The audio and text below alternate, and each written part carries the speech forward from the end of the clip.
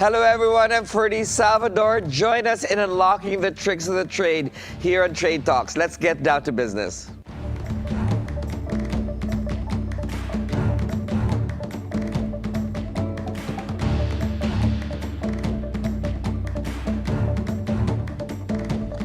Our guest for today is the go-to expert for organizing events that are oozing with artistry and elegance.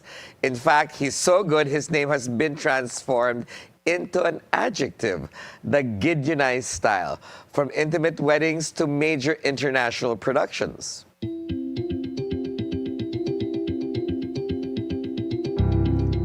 Let's welcome to the program Gideon Hermosa. He is the creative director and founder of House of Hermosa. Good morning, Gideon. Good morning, Ferdi. Good morning, everyone. Thank you so much for joining us this course, morning. of You course. heard my intro. How do you feel that your name has become an adjective? I actually didn't expect it, and it's really an honor that even my international friends have recognized that adjective. And sometimes even my grooms, they really ask me, or they were saying, I was actually curious before, what does Gideonized mean? And then when they type it on social media, that's when they knew about me. So, nakakatawa. So it's Googleable now.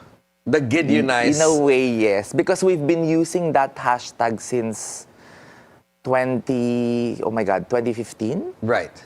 So, congratulations. 15 years in the business. You just recently celebrated your anniversary in a huge way. And I'm sure it was all over social media, and we're actually showing it in the screen right now. But you are synonymous for luxury events. How do you personally define the high life in the context of celebrations? Okay, so for me, the high life is actually not just about how extravagant the events are or how premium the flowers are. It's actually more of, as a designer, how we translate the client's story into design. So I want my clients or the guests of our clients to really feel and know what we are celebrating about, or kumbaga, like as soon as they enter the ballroom or they see the venue, makikita nila kung sino talaga yung client, the personality of the client, and how we translate yung stories nila into design. Yes, because what's important now, you got a few elements. Right. Let's take a wedding into context, okay? Of course, the bride and the groom always talk about, number one, the venue. Correct. Then you talk about the designer of their outfits, yes. the hair and makeup people, the photographers, and then of course the event styling. The event styling previously was not does not heavily weigh on the events 20 years ago. Exactly. Now it's actually first in line, right? And a lot of people, like for example, our floor manager here said that her daughter's wish and dream is to have a wedding that's Gideonized. How does that make you feel? Actually, nakakatuwa, honestly. As in, I didn't expect talaga na parang when you see our social media, makikita mo yung comments ng mga tao na they really wanna be Gideonized. So, parang with those posts on social media, with those events that they see on social media, parang we give them the hope or their dream weddings in the future. So, even sometimes high school students na parang nagko-comment sometimes na parang, 10 years from now, I want my wedding to be Gideonized. They're already thinking of getting married 10 years when they're in high school. Like, and they're just in high to have school. a Gideon-styled event? Nakakatuwa, yeah. Wow, that's highly special and unusual because they're looking forward already to a Gideon wedding. Before, it's like, my dream wedding is to get married in a venue, or my dream wedding is to wear a certain designer. Now, they're asking for the styling itself. Sometimes nga, parang we got comments, like common comments na, please take care of your health. Kasi 10 years from now, ikakasal ako or something, and we want you for my wedding. So, nakaka-touch. So, honestly. they want you to live longer for their Exactly. Okay, but what does an event, how does an event become Gideonized? What's the signature move or style that you have that when guests go inside, it's Gideon Hermosa? I think it's how we translate yung stories ng clients namin. When you entered a ballroom that is Gideonized, you can see the whole transformation from floor, wall to ceiling, and every detail is really well thought of. And those details are not just like small details. Usually it's something that are, special and talagang pinag-isipan based on our clients' personality or story. So talagang we always take time. One of my favorite time during our design process is when I meet the client.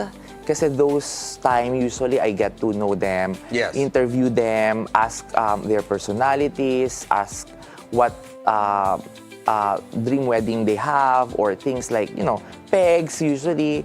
So from those little details, I get to know them, and we design from that day until the event day. So talagang, we always take time to know our clients. Yeah, so talking about taking time to know your clients, I want to take time to get to know you. How did you start this business? What were you a florist from college? Okay, so actually during high school pa lang, I really love designing na.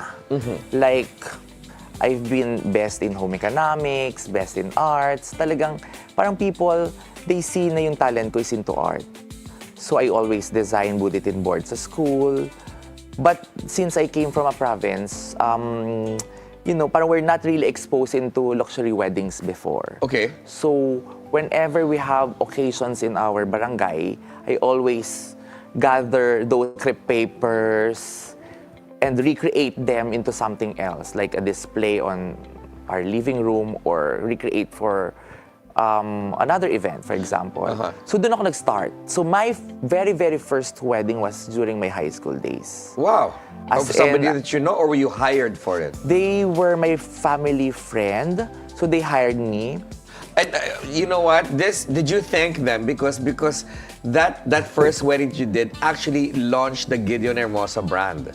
Yes. Actually, during our anniversary, we tried to reach them out talaga. And were you successful? Yes. So, one of the photos na Felinasha screen was their photo. Yes. What province did you come from? Tarlac. And Tarlac. Okay. In Tarlac, is it lush in your environment with foliage and plants and flowers?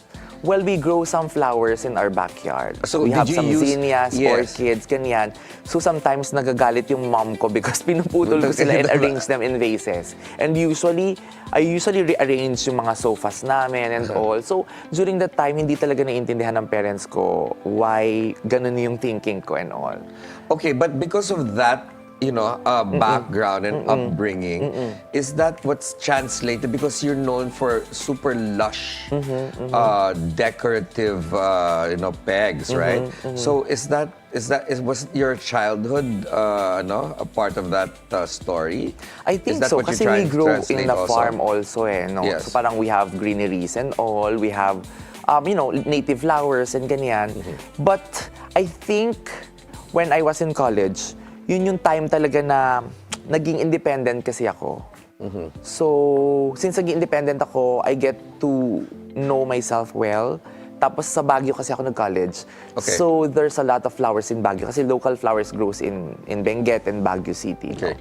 So, dun ko nakilala yung flowers. Most of the local flowers, dun ko nakilala. And I really get into weddings during those time. Like college, usually I remember, nag-accept na ako ng weddings. So, talagang, I just didn't expect na mag-grow siya ng ganun kalaki. In 15 years, when did you know that you actually finally made it? When I get to be featured in magazines and TV shows before. Okay, because you're painfully shy. Honestly. I've known you for actually 15 years.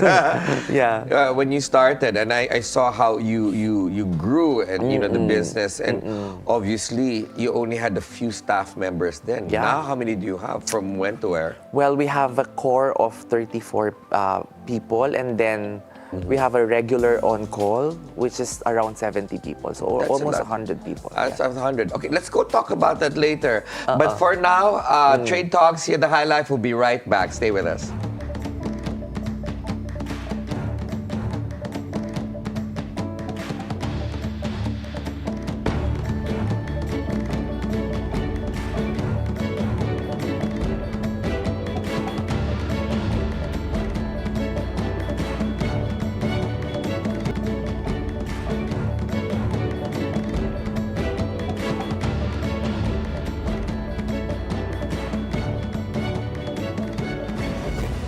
Welcome to Trade Talks. Let's continue our conversation with the Gideon Hermosa, the creative genius behind House of Hermosa.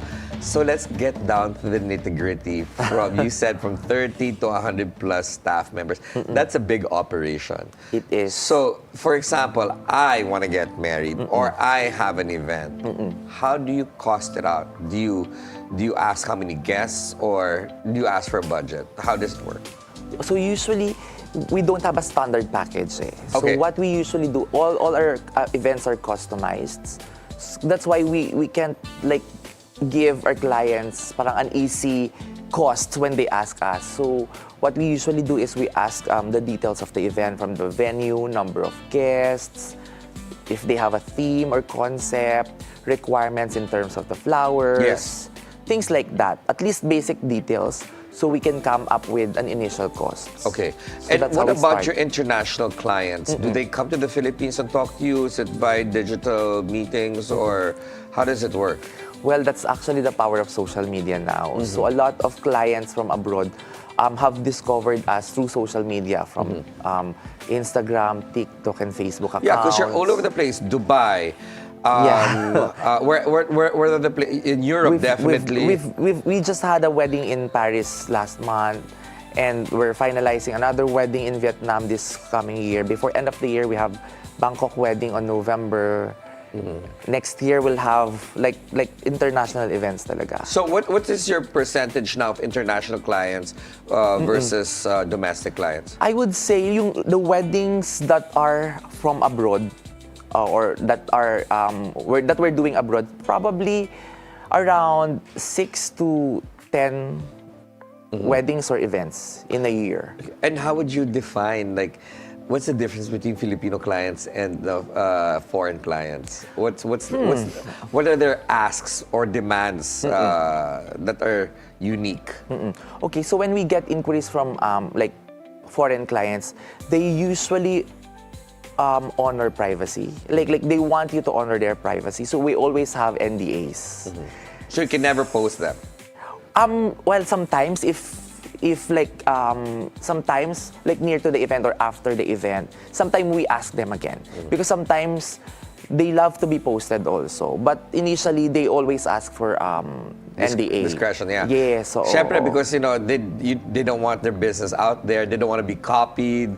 You know what I mean? Yeah, But then of course they want to when protect their ano to but also. when they see the final product, they're like, wait a minute, I'm gonna flex this. And what is the, how should I say, the Versus a most- Filipino na they really wanna be posted online. Yes. Sometimes they even ask na, oh, are you gonna post this on your Instagram? It's their or- branding. Yes, It's part of their parang bragging. bragging point nila. in a Well, way, oo. you are somebody to be bragged about, diba? Because you deserve it, right?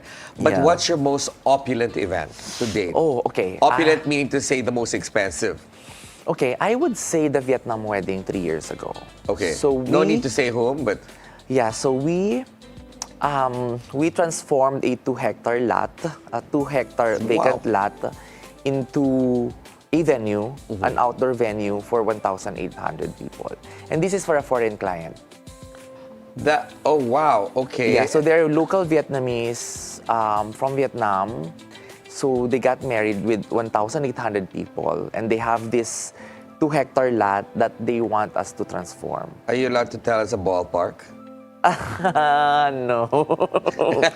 But I'm interested in it's it. quite expensive because, parang we had almost a month of construction. Like, Yes. it involved engineers, contractors, around 500 like working people Yes. around the site. But I've seen you personally work outside Metro in an island. I've seen you work on actually several times, and you actually fly in planefuls of florals and equipment just to do the wedding. But when you style this in a business, do you actually do the concept and the catering and the tablecloths? You do everything aside from food. Is that the premise? Okay, so we are an event designer. Okay. So we don't plan weddings, okay? But we act as a creative director of the event. So there's a planner who does all the planning, communications, and coordination with suppliers. But as a designer, our difference with other designers is that we really goes into details. We don't do we don't do cakes. I don't do course. cakes. I don't do the food. I don't do the gowns and all. But like we really check on those details also. We So- give them the whole concept. Yes, I'm gonna put a reel up in the LED, and if you're not comfortable, let us know, okay? Okay. Because we're gonna ask you just to give us an idea of how much you should save for a Gideon event. So we're looking at this one right now behind me. Beautiful. Where was this? This was at the Marriott Grand Ballroom. Okay, it seems like it's for a wedding. It was for a wedding. And last January. those tables are okay. Since we showed the couple, I don't think we can. For something similar to this, how much do we need to set aside? Okay, so we usually something to this level we usually charge around 1.5 million to 2.5. So Eileen, our floor director, needs to save for her daughter's wedding. So but you know with the effect of what we just showed you in the LED, actually it's still attainable for a styling. It is actually our price. rates are quite Competitive. competitive, and the same with other It designers. doesn't look like something that you would only spend that amount of money. I would have expected more, actually. Is this the touch of Gideon to make something opulent with a conscious budget? Yes. No, actually, yeah, that exact wedding is that same amount. So, because we want to maintain the brand and the expectation of our clients and all, so we need to have at least a certain range also. You have designed and created the pieces or events for the A-list celebrities.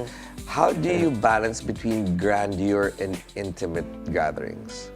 Okay, so we have done weddings that are large for A-lists, no? So usually, our challenge is to keep a grand wedding into an intimate level. So it's really about, for me, it's really one detail that we really checked and always work on is the layout and the guest's experience. So it's not, for me, it's not the feeling of intimacy. It's not about how small the wedding is or how big the wedding is. It's really more of like the flow of the whole event.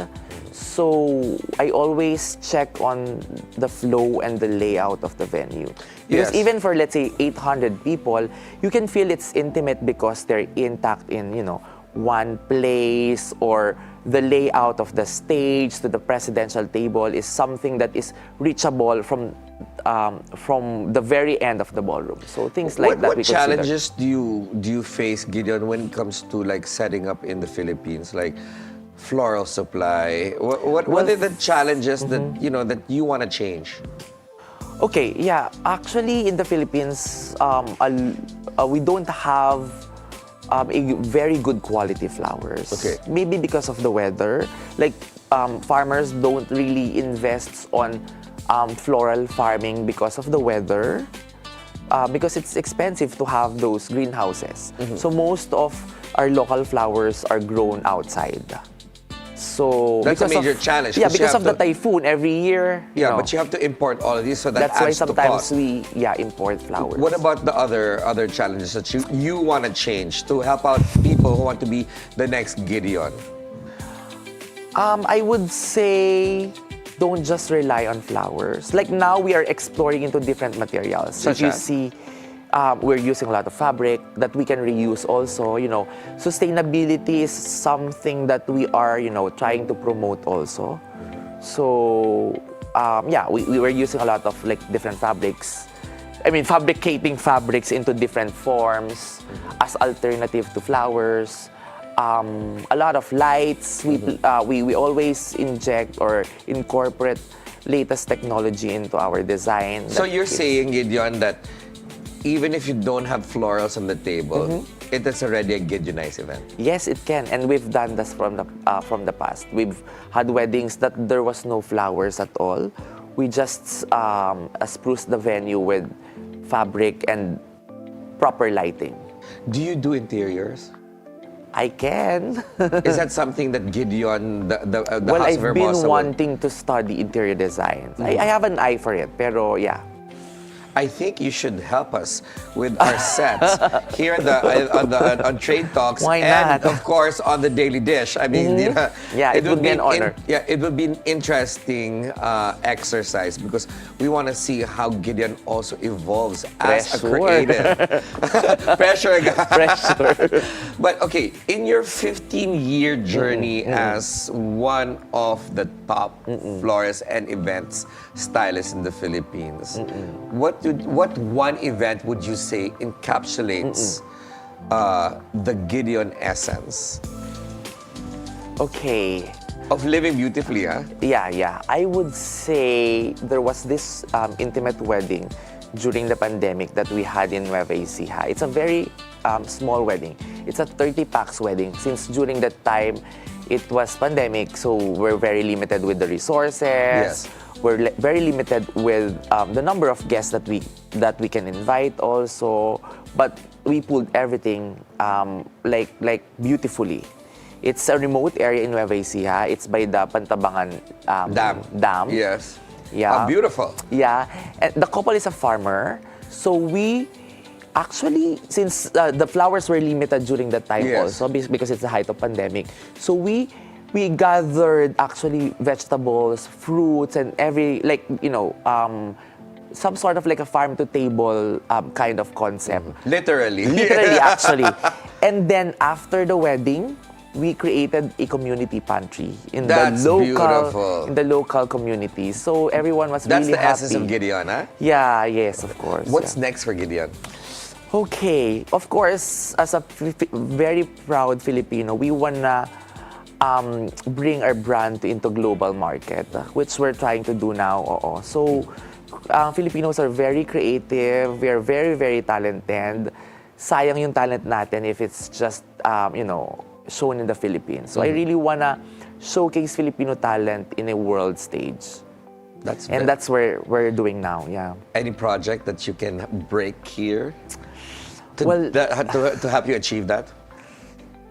Well, we are collaborating with international planners now. Next year, we have a beautiful lineup of, events from like Europe, US, and other parts of the world, which I am very, very excited kasi those are my parang dream weddings talaga. Like location-wise and production-wise. Well, it's going to be for 2026, and we're going to count 12 months so that we're going to ask you to be back on the same day next year. Sure. So that you can talk It about will be done by then. Yes. So, yeah. So a few more questions for Gideon. What is your worst investment?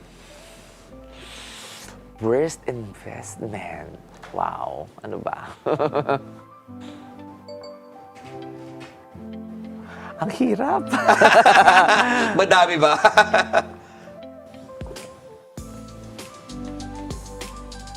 Wala akong maisip at this Wala point, isip oh. your best investment. Travels. Travels. Yeah, because like I travel not just to relax or be inspired. It's really part of my work. A lot of my inspiration comes from travels, like Interesting. discovering places, discovering different venues around the world or around the Philippines Yes. also. And syempre, di ba, when you attend an exhibit or go to a museum or go to a place that is full of, architectural design or Yes. something, you really get to inspire. And ang ganda kasi when you experience the real thing So, I Absolutely. would say that is my, best investment. What about your favorite mistake?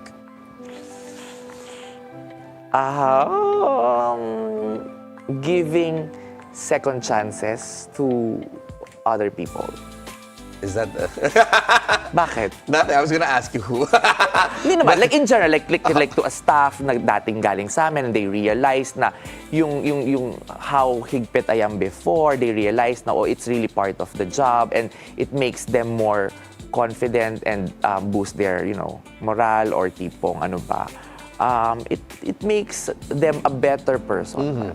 So yun. thank you so much, Gideon, for letting us get to know you and part of your business. And Maraming salamat. and we can't wait to get Gideonized, right? Here Yes. on Bilyonaryo News Yes, Channel. yes, Thank you definitely. again. Thank you, thank you, thank you. And that is it for today's show. I'm Ferdi Salvador. Catch the Bilyonaryo News Channel on Free TV Channel 31 and on cable via Cignal Channel 24. Thank you for watching the Bilyonaryo News Channel, always on top.